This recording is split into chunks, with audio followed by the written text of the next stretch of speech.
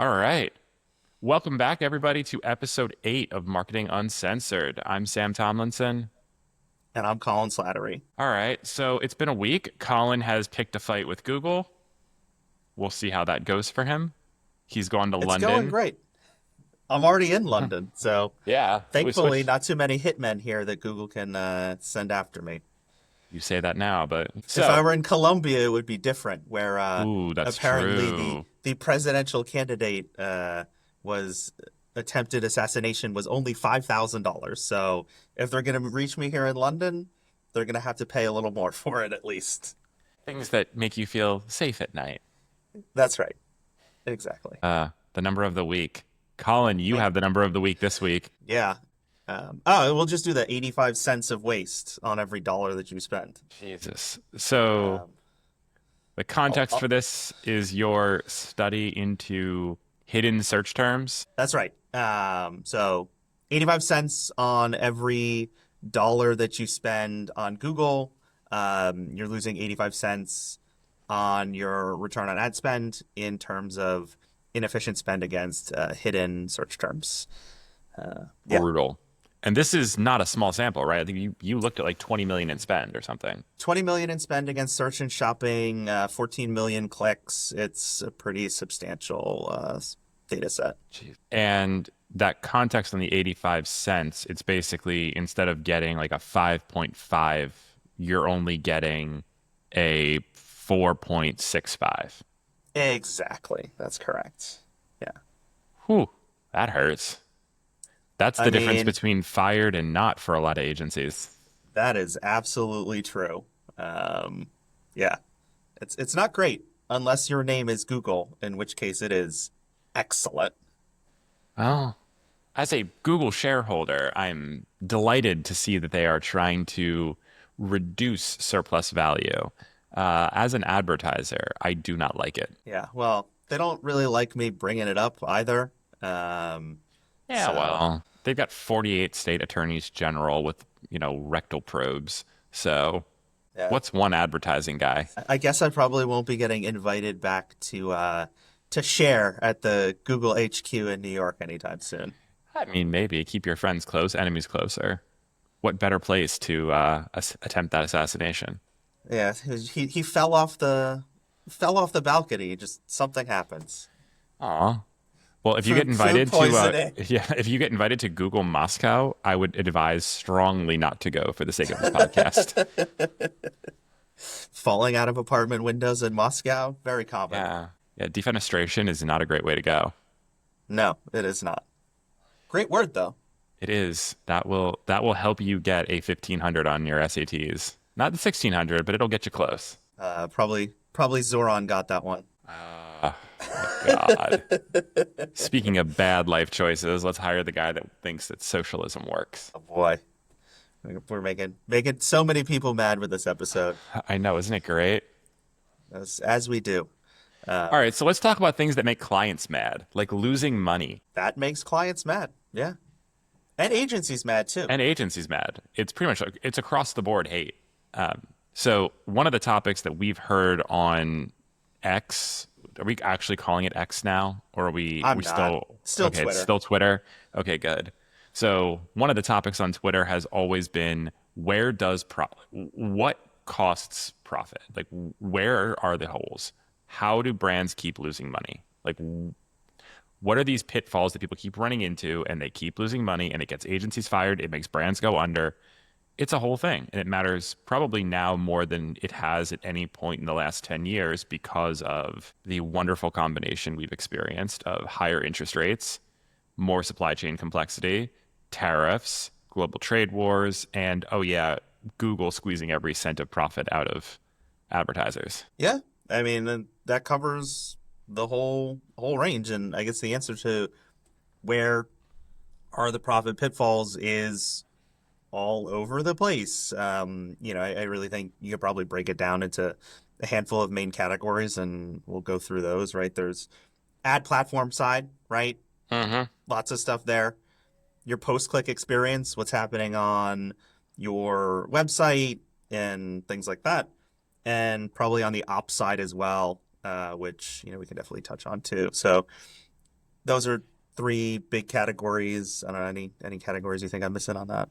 I mean, I think for a lot of lead generation focused brands, not nearly enough attention is paid to the sales team. I think many sales teams are massive profit sinks that get covered up because they perform good enough versus they could be great. I think that's one that too many CMOs are way too reluctant to point the finger at and say like we all need to be accountable. And then on the e-com side, I think so much is missed around refunds and how you handle that because that to me just turns into an absolute dumpster fire really quickly. And when you start to break down a P&L, you just look at you're like, oh my God, how did you let this happen? Percentages of refunds. Yeah, I mean, we see that with, Yeah. I think, apparel, especially where you're like, you have Hmm. a 37% refund rate. Like, Yeah, how that's do you not have a good. business? Yeah, I mean that's the thing is when you start to actually break into that, you look at it and you're like, wait a minute, like what's going on here? And then the last piece of this, the last profit pitfall, I think we talked about this briefly in a previous episode, but it's the acquisition offers not being well thought out and not being well modeled. We spent some time on those. What was Yeah. that? Episode two, maybe episode Yeah. three. I don't know. We'll put it in the comments. It'll be in the Great show notes. episode. Lots of value in that one. Yes. But like let's start from the beginning and work to the end, right? So if you start on the ad platform side, that's pretty much where many of these experiences start, right? That's the first bit of it.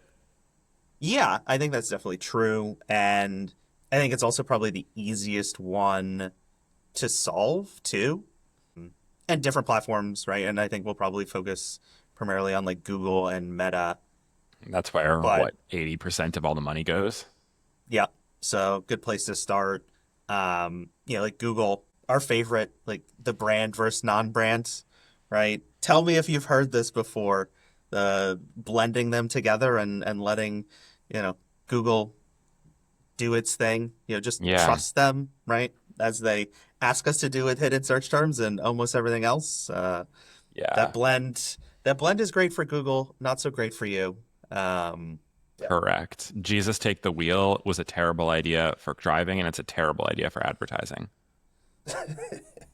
Yeah, I not my choice. No, I think that's one. I think there's, especially on Meta, I think advertisers are better at this than they are on Google, but current customers, like for Google, if you are going to be advertising search-based ads to current customers, you need to be intentional about it, especially when you recognize RLSAs. yeah, there's a reason for it. Like, and it's also, I think, a revenue pitfall because so many bigger companies that we work with, you see their customers searching for other services they offer, and I'm like, Yeah. you didn't. And then you actually look, you pull up the record, you go into Salesforce, and you look at it, and you're like, wait a minute, you legitimately never told, I'm gonna use an engineering client. We have a global engineering client. They do pretty much everything from like your standard like roads, sewers, all that nonsense to like skyscrapers and renewable energy stuff, right? Pretty very, very large, like the largest one in the world. You go into their Salesforce instance and you're like, so you never bothered to tell them they're building this skyscraper? You never just bothered to tell them that you guys also handle all of the site work engineering they need or all the traffic planning that they need for this thing? And they're like, well, no, why would we tell them that? Like, so RLSAs, also help me known as understand. the magic of cross-selling. Correct. Um, and after roasting Google at the start of this, really hate to give them credit. But RLSAs, RLSAs are excellent. good. But to me, it's So just, is the new customer only targeting. yes, agreed. And the bid more for new customers. Love that. As long as you do the math right. Don't do the math wrong. Don't use their math, that's for sure. Correct. Their math, do not trust. Actually, that is in itself a pitfall. Do not use the platform's math for anything. Correct. Yeah. Platforms take your money, customers make you money. Pick which one to use the math for. Yeah. All right. Um, And then I think the other big one that I always see is not keeping control of your match types. Like Google will, I think a lot of advertisers get comfortable. Like you start a campaign up, you're running, you see some stuff, you negative it out. And then after like a month or so, you're like, all right, I think we're good. And then you don't check it for a while. And all of a sudden, Google starts coming back in with like crazy brand terms. A law client that we had a competitor's phone number was a search term. Match types are a hell of a drug. It's like, Jesus. Like the competitor was not targeted. This was a non-branded campaign. It was a competitor firm phone number was matched as exact match to accident lawyer. Yeah, I mean I'm that like, sounds right to me. Like very, very exact. it seems like it was bang on. Yeah, I mean that's something that we've seen just in. I published something on that too, where exact match is essentially meaningless because you'll have an individual keyword that's exact match matching to 800 plus different search queries, which Hmm. you know, It's not good. close variants, not so close. Yeah, 100%. 6 degrees of close Kevin Bacon. variance. All right, so you got basically Google, I think every dark pattern, every hidden setting, more or less designed to take your money. Correct. 100%. Is an And they have experience, a lot of them right? all over the place. Yeah, Google Ads is a absolute masterclass in dark patterns. Yep. I mean, well Um, done. Well done. Like game recognized game. yeah. Multiple conversions, part of those dark patterns. Like, oh yeah, like put different conversions in there, and you know, YouTube signups along with purchases. They go great together. Look at that low CPA. Yeah. Enjoy your YouTube subscribers. Yeah, clicks to call, Google hosted, can't delete. So Love good. that. I Yeah. mean, so I think that, and then on Meta, you have a lot of the same stuff, right? Meta, the one that continually pisses me off is the inability to change an attribution setting once the campaign is live. You mean including 1 day view so that they can just pop an impression in front of someone who's going to purchase and then take credit for it? Uh-huh, that one. Yeah, that's a lovely pitfall, and I hear people on Twitter saying, "But 1 day view really works for me." And sure, that is a very, very, very small percentage, and the people who Yeah, are doing that know that it works because they've done holdout tests on it. Shout out to our earlier episode on holdout yeah. Hold tests. up. Yeah, shout out to House. But you are not that person.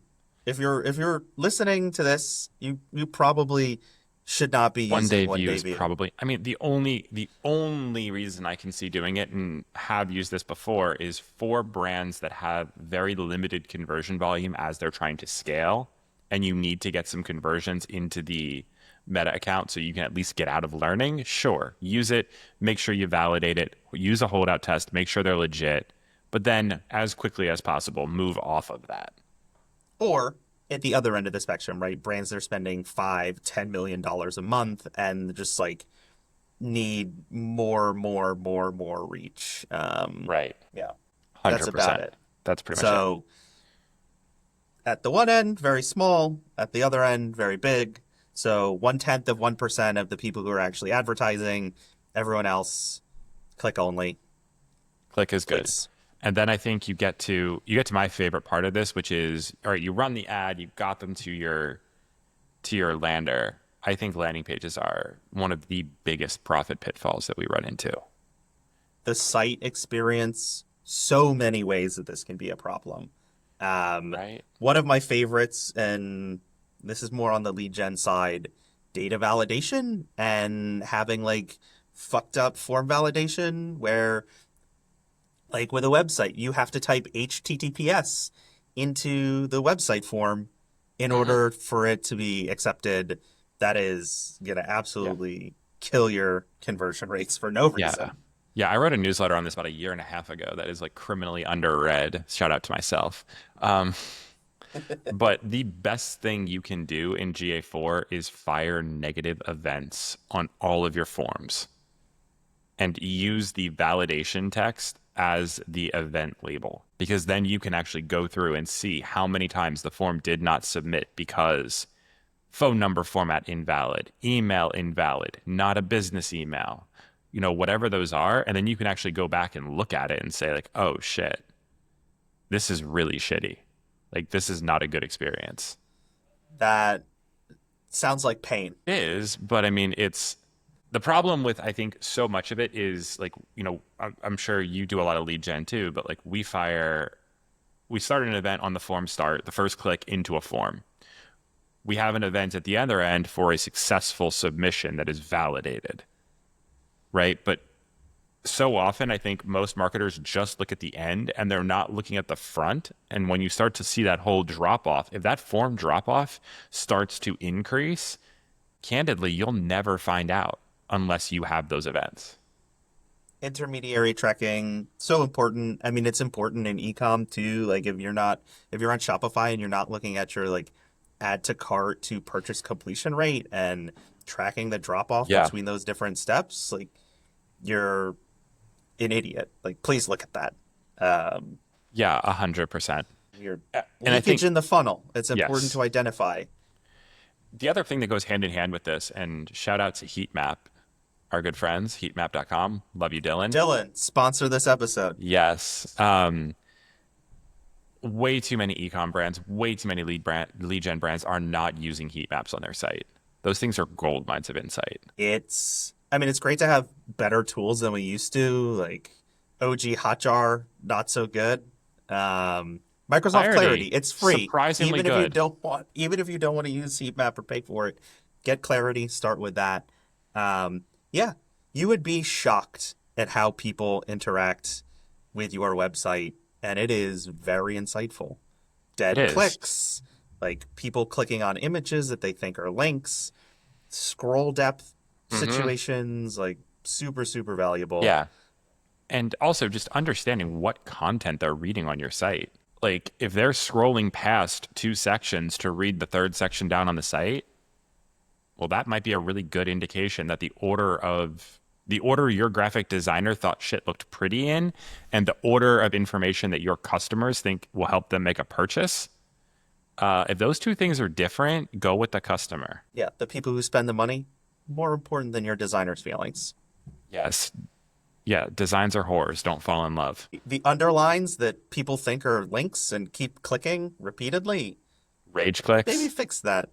Yeah. Love the rage clicks. And I think the second part of this, though, is, and it drives me insane, even on something like lead gen, but on ecom, it's even worse, is, you see a lot of people have finally raised, I think, enough information about the importance of creative testing. Great news on the ad side. I think more brands than ever are making more ads. But why the fuck are you sending 50 ads to the same one lander? What are we doing here? Like You, you have 50 ads, 50 different messages, 50 different visuals, all going to the same one PDP.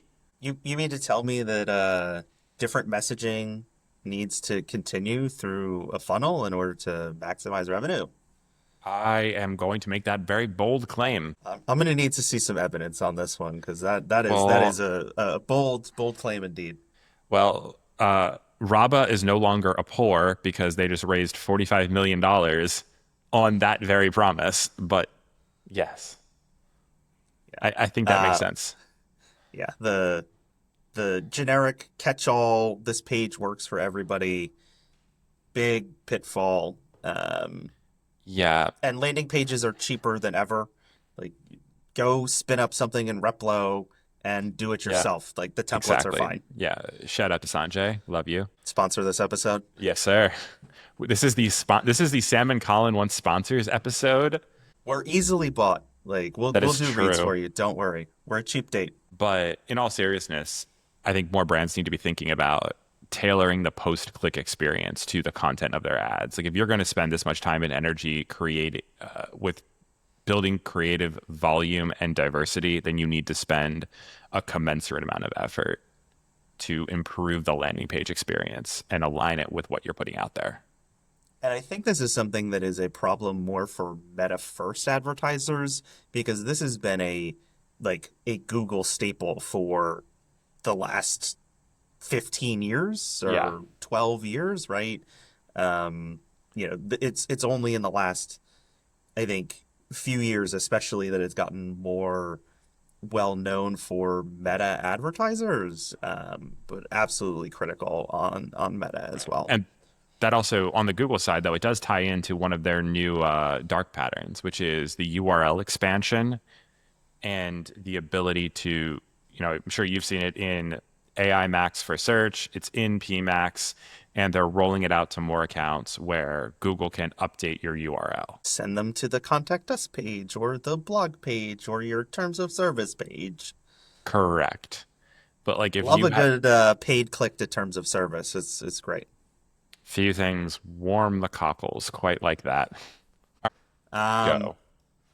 Another pitfall, and I think this is especially common with apparel brands, brands that have like lots of variant SKUs, and that is dead SKUs on products, right? Where you sell shoes and you have size 13 extra wide available, and that's the only one, right? Um, Very common. Also a big Mm-hmm. problem. 100%. Dead promo codes similar to that, right? People forget to update their promo codes. They're still using their Father's Day promo code in September.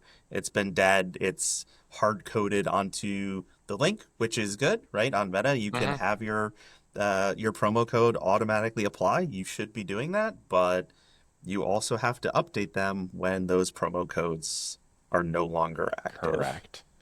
And I think the other piece of this, it's a site experience thing, but if you are not checking, somebody on your team should have Honey and Capital One Shopping and all of those bullshit code things on their browser, and they should be checking them religiously, like once a week. Because the second, or you should be using single use codes. Pick one. But there is nothing more frustrating than giving somebody 10% off and dealing with the bullshit that comes with that from like a Honey perspective for no reason whatsoever. Yes. Related, actually completely unrelated, but Good enough. high load time pages. Like if you have not used GT metrics or any sort of other page speed optimization, this is obviously related to heat map and all of that, like the on-page experience. If you have a giant fucking video that is blocking the load for the rest of the page, you're not going to make it. Correct. Like Yeah, I the mean, there's been so many studies done about this. What is it? Every 1 second of load time drops conversion rate 20 or 30%. Yep. And people are not, and that drop starts very early at like starting at like 2.5 seconds. Yeah. So it is you do not have time to have that page start loading. Yeah, it is precipitous and it's pretty brutal in terms of, how hard that drop off hits. And it's a problem. I mean, it's a problem on like uh, platforms like Shopify, although Shopify is getting better. No code tools add bloat.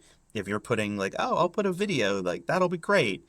But if it's blocking the load of the rest of the page elements or things like that, um, do not, for the love of God, have autoplay music or sound on your landing page.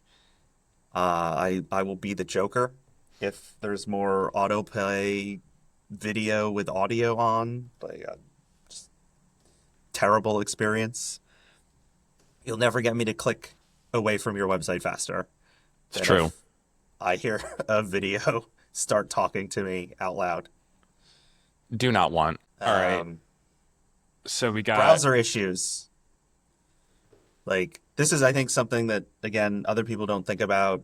But if you've done, and again, we should have like Dylan on this podcast because he's got a shit ton of these, I'm sure.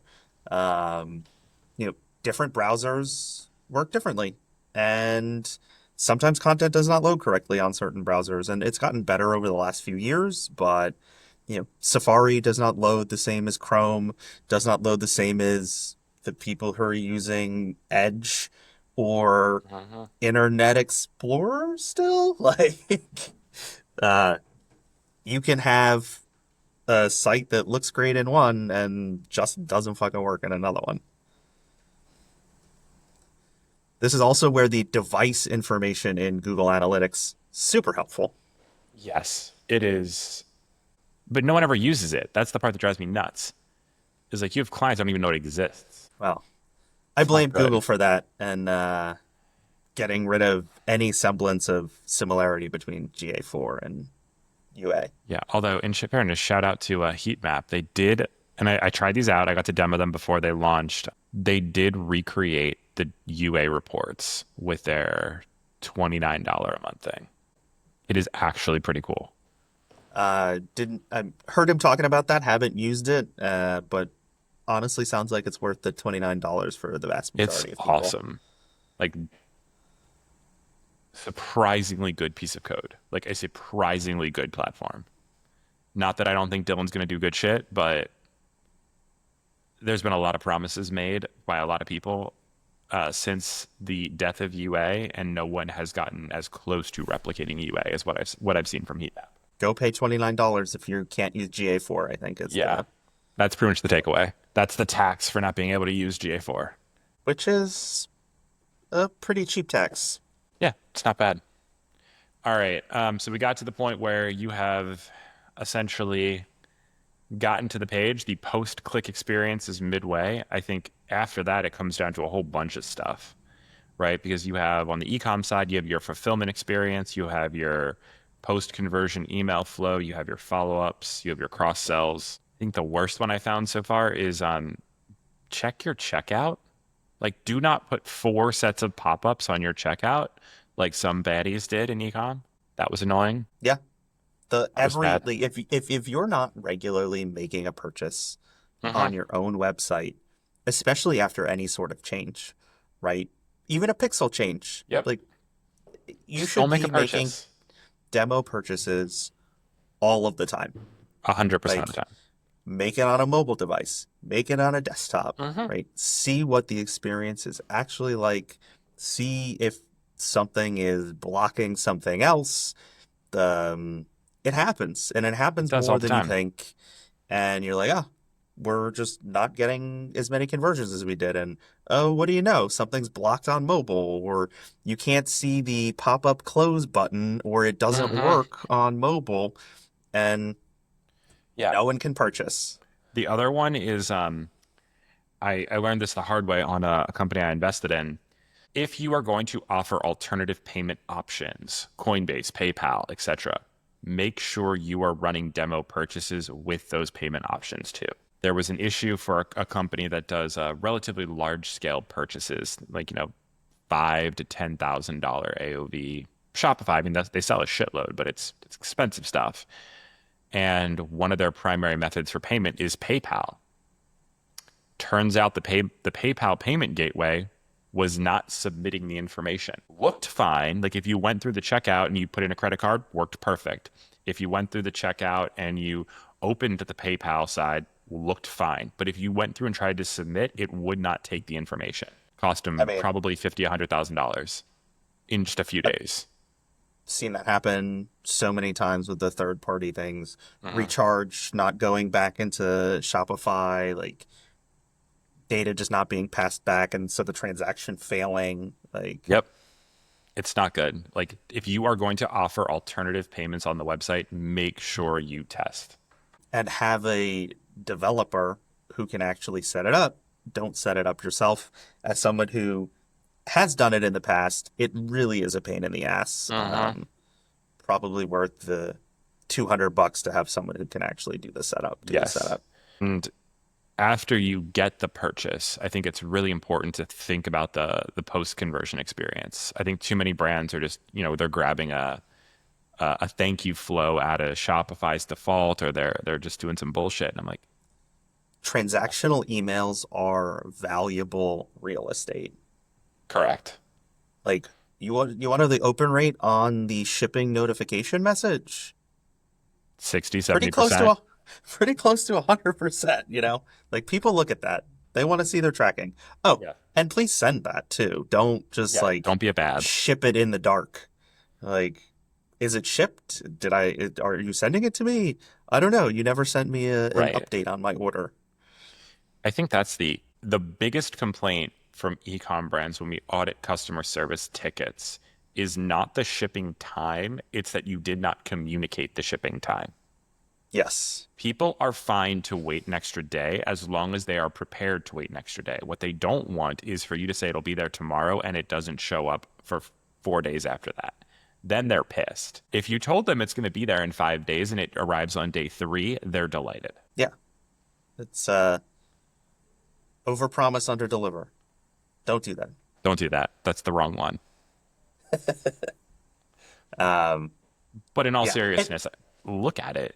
Like you're you can do better than a standard plain text email with a shipping notification. yeah, you can put a lot of information in there. Like you can try to cross sell. You can tell them about the product that's coming. Like get them fucking excited. Don't just be like, here's your shipping information, here's your tracking number, and goodbye. Yeah, I mean the other issue that I have this we do a lot of work with SaaS companies, so I can tell you firsthand. One of my pet peeves is SaaS brands when you have a self-service purchase. They will just send you some boring ass note like here's your account representative. If you have any questions, reach out to them. I made a self service purchase. What part of what I have just done makes you want to believe that I am the kind of person that wants to talk to my account representative? Send me to some videos, please. Yeah, videos, a guidebook, some quick tips, examples or templates if you have them, for instance, of like what other brands have done, other reports they've generated, other photo shoots they've built, other landing pages they've created, like An everything about AI knowledge-based repository. Mhm. Everything about what I have done, if I'm that customer, is I have gone to a self-service platform, which means I didn't want to talk to somebody. I have entered all my information in without talking to somebody because, wait, I don't want to talk to them.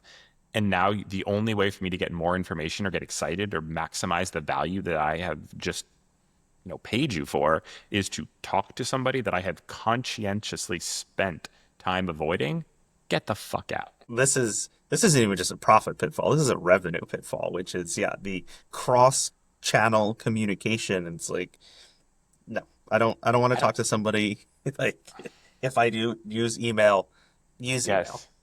Like I bought a car the other day. I bought a car via text message and ChatGPT from a dealer. from a dealer. You know what? I think that dealer is going to do great. I am more bullish on that dealer than I thought, and I might have also gotten a client out of it. So I was pretty pumped. It's a solid W right there. It was not bad. I did not have to go to a dealership. I didn't have to talk to a single person on the phone, and I had ChatGPT negotiate the lowest possible price and the best incentives. And the best part of that, not having to talk to somebody. Not have to sit in a fucking dealership. Yes, I made them deliver the car to me. I signed the paperwork in 3 minutes.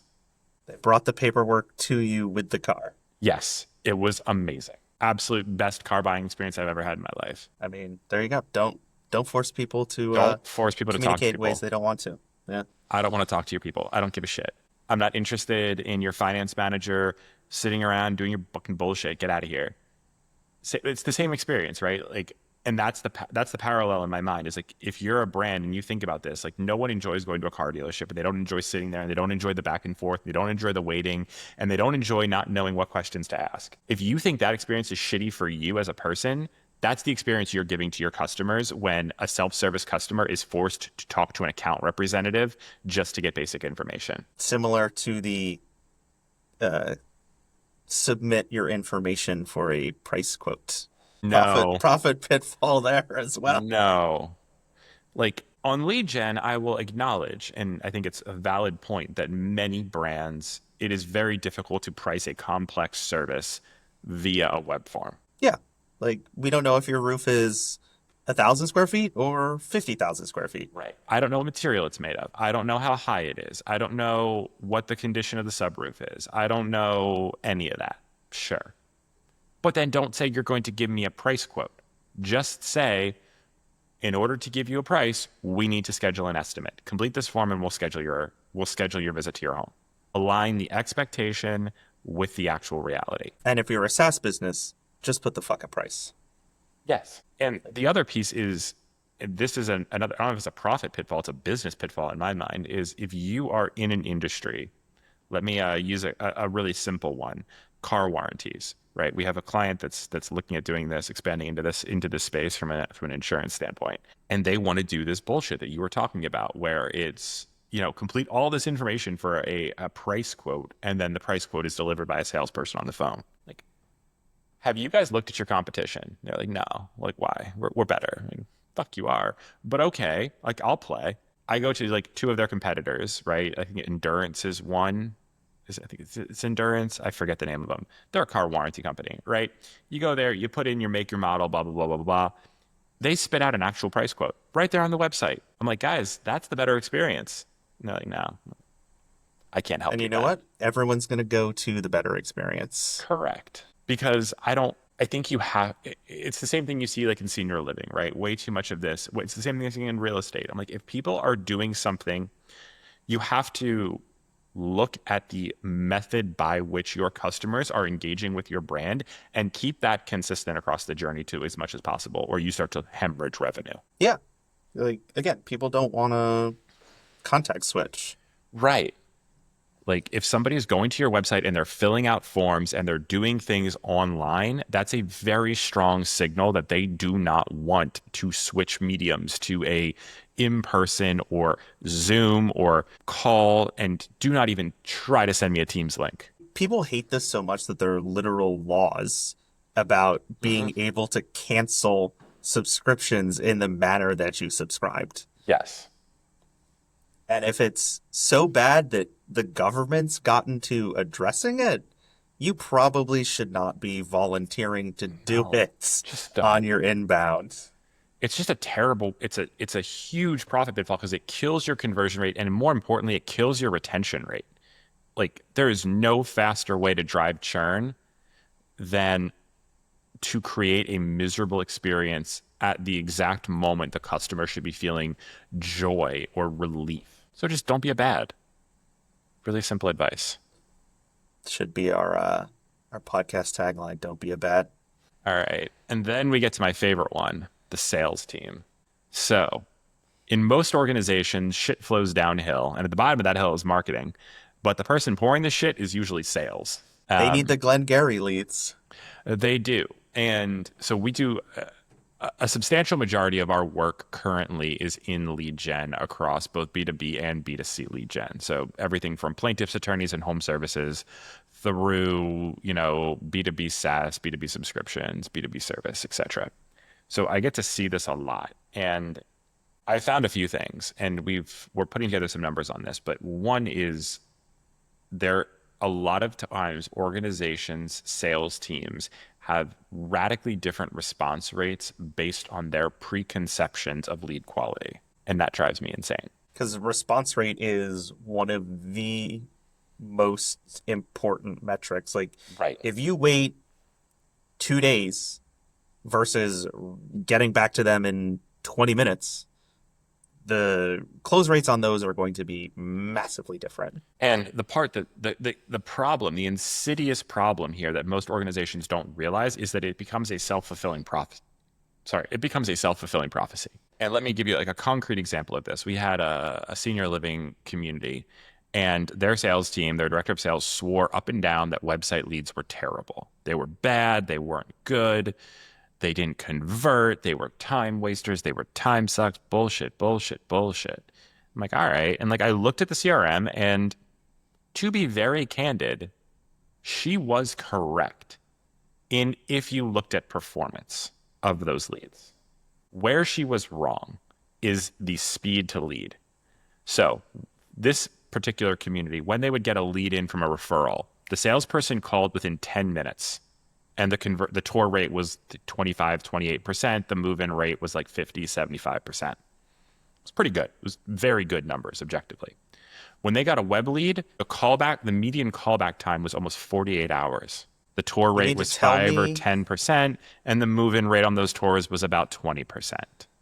you mean to tell me that something that takes 48 hours to respond to versus 10 minutes is going to have a different conversion rate? Yeah, but I mean, the problem is that no one had ever done that analysis. So when they're reporting to the CEO, oh, the web leads suck, paid leads suck, marketing leads suck, the CEO is looking and the CFO is At the looking data. at Yeah. the dashboard, and they're saying, well, she's right.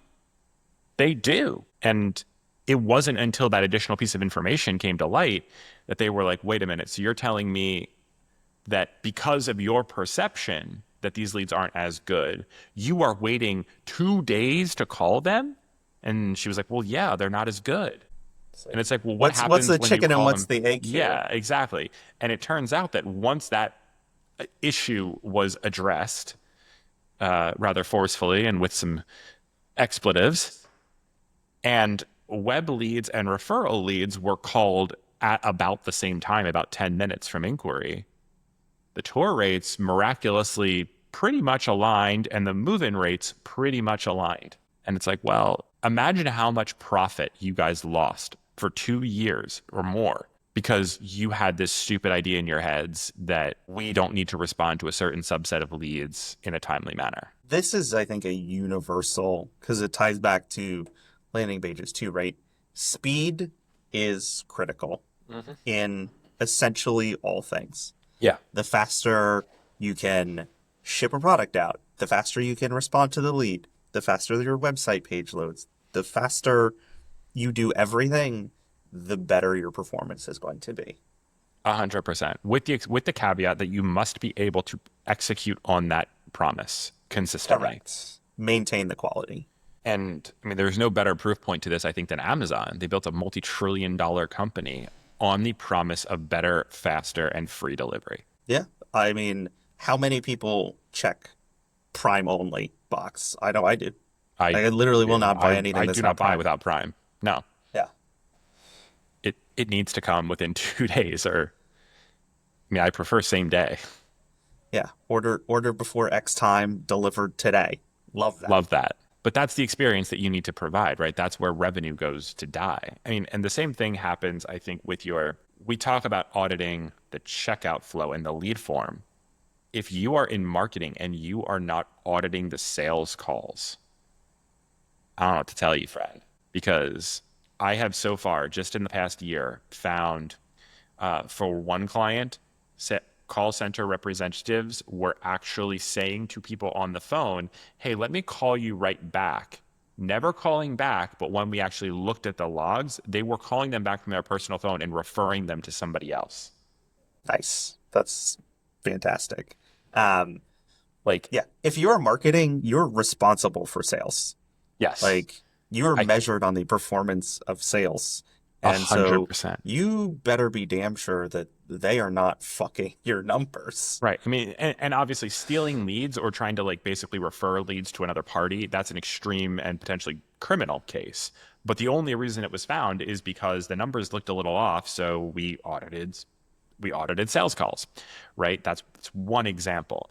But, there's far less insidious ones. There's ones where, we're running a promo. You listen to the sales call and the salesperson is like, no, that's not running right now. Well, they clicked on an ad that said the promo was running. The promo is in fact live on the site, and then the person calls, and the intake person or the salesperson or whatever you want to call the customer service person is like, nah, that's not legit. Like, you've immediately just kneecapped all the trust that you've built. Yeah, the deal's dead. Yeah, like you spent, this was for a window company, right? $300 getting that lead in the door. Well, you should have just taken that $300 and put it in a fire outside. At least it would have kept you warm for a few minutes because, I mean, it's dead. It's gone. Then you look at, cases where I call them one and dones. Like somebody, for most brands, I think, and you have probably data on this too, the median number of touches you need to get a next step from an inbound lead is between 5 and 12. This is why last click is a completely useless metric to look at. 100%. But it's also true on the sales side, right? Like somebody submits a lead form, the salesperson calls them once, 2 or 3 or 5 or 10 minutes later. They don't pick up for whatever reason. They never call them again. This infuriates me so much. And Like, and on the ecom side, our good friend Aaron Orendorf over at Recart published an awesome study. I think it was just last week on SMS. They found that something like, actually, let me pull up the stat because it was fucking insane. It was mind blowing. Where is this? I think the traditional heuristic is what, like 90% of sales happen after like 5 touch points or something. Yeah, here it is. Out of Shopify 10,000 top 10,000 stores, so the 10,000 largest stores on Shopify that have an SMS capture, 82.3% of those stores do not automate a follow-up SMS once you give them your phone number. 82%. 82%. Only 17.7% of Shopify 10,000 stores that collect an SMS on the website will automatically send a follow-up text to the number. So why the fuck are you getting the number in the first place? That was my question. But I mean, it's all the same premise. It's all the same problem, right? These are variants of a profit pitfall, which is if you are asking a customer for their information, you better fucking use it, and you better use it in the way that you said you would use it, and you better do it quickly. Yeah.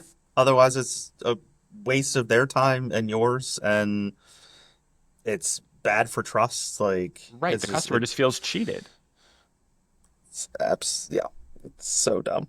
I mean, I think fundamentally that's the issue, right? Like if you're a customer and you give them your phone number, well, you're expecting a text, right? It's no different than if I meet somebody and I give them my business card or, I give them my email, I'm expecting them to follow up then and to use that information to continue the conversation or build the relationship. And I will say, like, this is, I mean, it's true with agencies too. It's true in literally any business. Like, the follow up and the follow through is going to put you ahead of 85, 90% of people who just Yep. literally drop the ball and don't do anything. Like, if you know, follow up and respond to an email quickly or send the email quickly after you meet somebody, like, just, it, you're so far ahead. Um, It's not even close. Communication is so important. It's not even close. It's just do what you say you're going to do. When you say you're going to do it. Please. It's not hard. Well, at least I And don't think it somehow, is. somehow Somehow, 85 or 90% of people fail at it. bell curves are bitches, right? Like being average is not so good. No, it's I mean, terrible. I would hate to be average. not enjoy that at all. All right. So that gets us all the way through. Oh, let's talk about returns and like actually looking at that. Like the number of brands I think that I have seen hemorrhage money over automatic refunds, over just like throwing away profit. Like I'm all for if a customer has a bad experience, you should try to make that experience right. But if a customer has a bad experience or something isn't right, you should try to replace it or make it right in the most cost advantageous way for the brand possible. And that way is almost never refunding them all their money. Correct. Additionally, and I think this is a point that um, is relevant in many cases, is that a large percentage of refunds are not product problems. They are communication and expectation problems, right? Yes. You get something, or you get it and you don't know how to use it because the didn't get an email with instructions or a guide or best tips and practices. Hmm. You return it. Like, you don't have good sizing information on your website, so they buy three different sizes and return two of them, and now you burn two different units. Right. Like, there's so many returns that could just be completely avoided if you did a better job communicating about the product, how to use the product, Yes. who it's for, etc. 100%. 100%. I And a think. return is worse than no purchase at all. Yes. Because you burned the unit, you burned the CAC, and you're paying return shipping. And you're losing the payment processing fee. Because when you refund somebody, Stripe doesn't give them back their 4%. And the goodwill of the customer who might talk to other people or A leave a hun- negative review or Yeah. whatever. You really should be thinking about how do you optimize this and how do you minimize returns. And I think your point about communication is valid. I think you should be training your customer success team to, where possible, it is almost always more cost advantageous for you if there is a defective unit that is legitimately defective to replace the unit versus refunding the customer. Absolutely. Because I mean, in most cases, your COGS are 30% of the value of the transaction. So yeah, you're going to lose, but you're not going to lose as much. shit happens, but you can't be bleeding out on returns and refunds that shouldn't happen for, easy reasons to solve, right? Right. Like defective products, they happen, right? Like you can't guarantee that won't happen, but so many of the other returns are not because of that, and those are Right. much But easier to solve. and as you do that though, the other part, and I think this is a thing that marketing needs to take on more, is if you see returns, especially in e-com, and if you see those returns are consolidated in a certain SKU, a certain set of SKUs, a certain set of things manufactured by a certain vendor, A you certain need to be flagging demographic. that.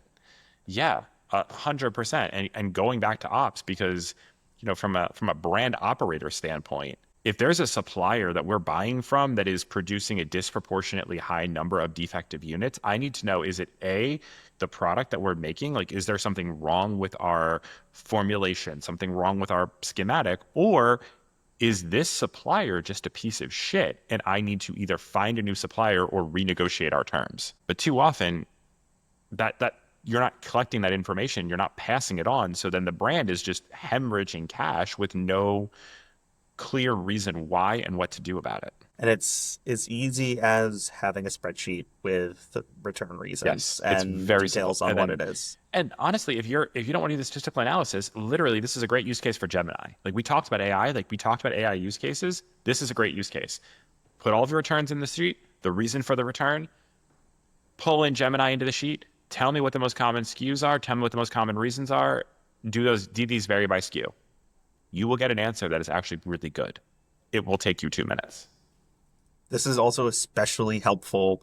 So we have a client that has done this because they have a somewhat complex product and reason for the defect, and they're able to identify, oh, this supplier of this part within this product is actually the problem, right? It's, this amplifier, it's this resistor.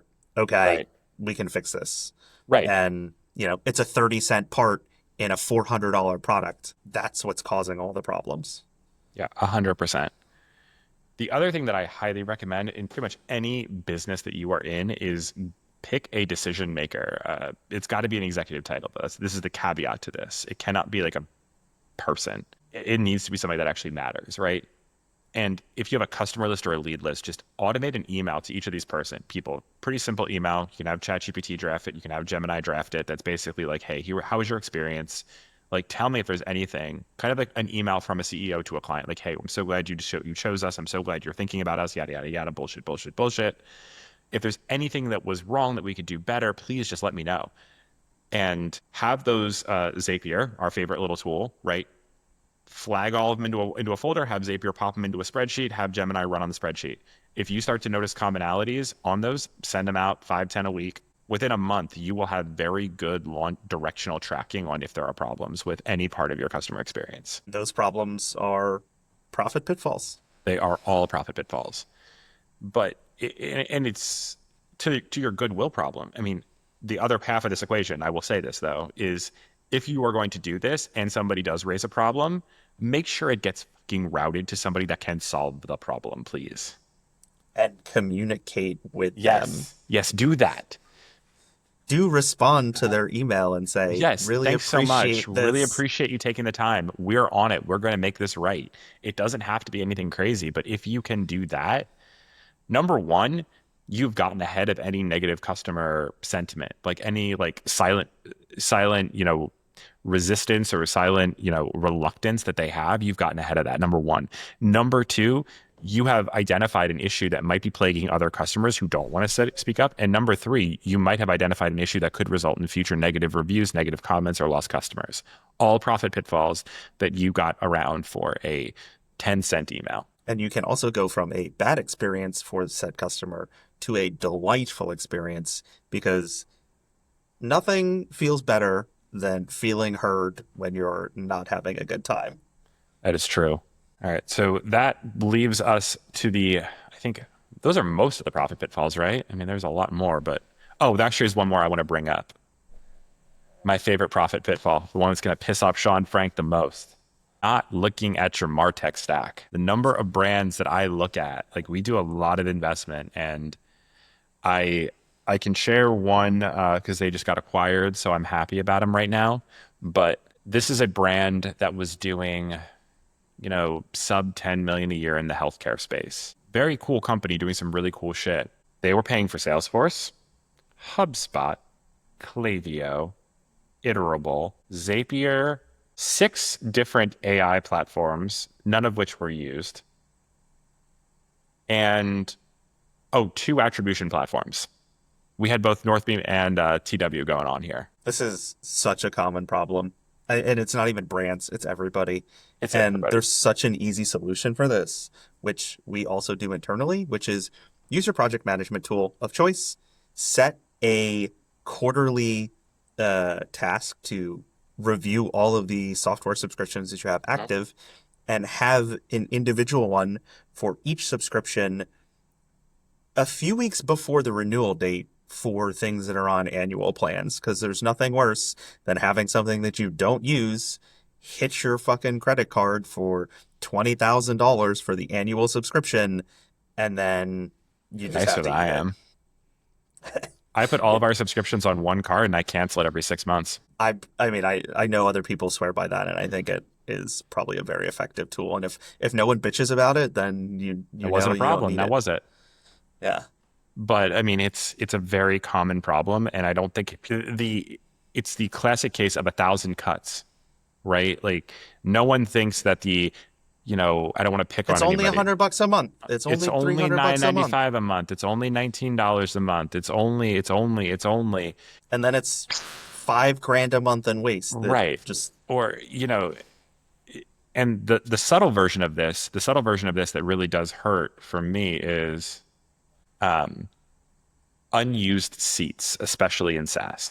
If you have an unused seat, that is a problem because, oftentimes I don't want to pick on HubSpot, but, those seats can be hundreds of dollars a month. yeah, or not deprovisioning people who are no longer using it. Right. You That's a fire problem. someone, make sure you get them off your software where they have Yeah, a seats. 100%, 100%. And, you know, if you are negotiating your SaaS agreements, and one thing that I always put in is I always have the right to remove seats and have the bill adjusted. Always. They will always squeal, and I won't sign until you put that provision in. That makes sense. But, if you're signing on for Salesforce with 10 seats and you have 10 users for Salesforce right now, then there should be no problem. But if three people quit and I only have 7 seats in use now, well, I'm paying thousands of dollars a year for 3 seats to go unsat on that I can't cancel until my annual renewal. Like that does not Yeah. work for me. I need the ability, if my headcount changes or somebody leaves, to remove that seat because even if I remove it for 3 months, then I rehire the person and I add the seat back, just those 3 months for three people on Salesforce is thousands of dollars. Yeah. And it works for them the other way, right? Like as soon as you add someone else, they give you They that charge you prorated more. charge. Yeah. 100%. And I'm like, if it's good for you on this side, then it has to be good for me on the other side. And I think too many brands are reluctant to do that. But, do that. And also, not to pick on people, but we're going to pick on one particular brand right now. If you are an e-commerce brand and you are doing SMS and you are on the platform that starts with A and ends with tentative, move. Yeah. Because number one, you are The paying a premium, and number two, your list does not belong to you. yeah, they notoriously unethical company, I guess we'll say. Yeah, there are so many good alternatives in the space. I love what PostScript has been doing. I love Iterable. I love Klaviyo. There are too many good options to choose a bad one. Agree wholeheartedly. I think as you look through it, I mean, to your point, keep your software stack as lean as possible, but also as you negotiate these contracts, recognize that almost every SaaS company will negotiate just about everything. Yeah, because you are 100% profit for every Mhm. single SaaS company. Yeah, the incremental cost of servicing your account is a nickel on is 5 cents for every dollar in revenue. And there are competitors to essentially every platform. Yes. And if you cannot get discounts, which sometimes I understand they don't do it, remember, and I think this is a profitability pitfall. Things like flexible payment terms, net 90 versus net 30. Those are profit. Those are discounts to you that their salespeople will Improves their often cash just, conversion cycle. yeah, that their team will often give away for free because they don't recognize it. Yeah. You should, I don't want to say you should be squeezing your vendors, but you should never be accepting the baseline terms that you are offered. 100%. Always get a little something, especially with software. Again, your cost to them is zero. 100%. And as you go through it, I think you can find creative ways to make it work for everybody. Like, again, you don't have to get a discount. You get longer payment terms. Amazing. Oh, I'm not getting a discount, but I'm getting the ability to add and subtract users on a month to month basis. So theoretically, I can remove up to, down to one user on my account. That saves you thousands of dollars on the risk side. That has value to you. Oh, you're throwing in an upgrade to a premium subscription for the same price as a baseline subscription. To your point, Colin, there's zero incremental cost to that.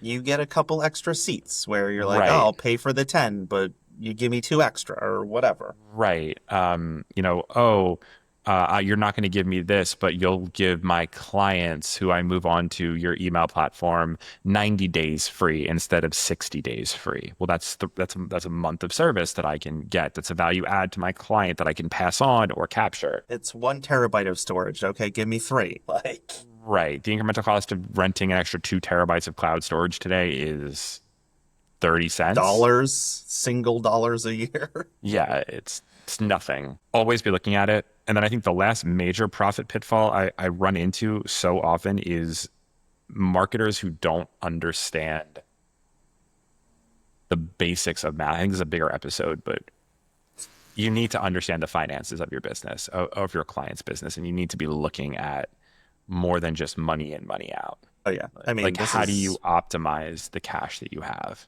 yeah, I mean, this is marketing is a has to be working towards a greater business goal. And if you don't understand how the business functions and what the goals are, then you're kind of fucking useless. 100%.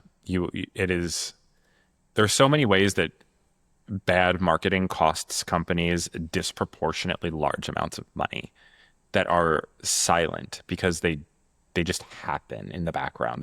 They're like software. They just fade into the background. They fade into the P&L, and unless you are actively seeking them out, it can go on for months or years before you recognize like how much money you have hemorrhaged. And hemorrhaging money is bad. Yes, we like money in our accounts, not uh, Money going to out. not money out. I'm a big fan of I'm a big fan of making more money. As am I. And I feel like that is a great, great place to end it.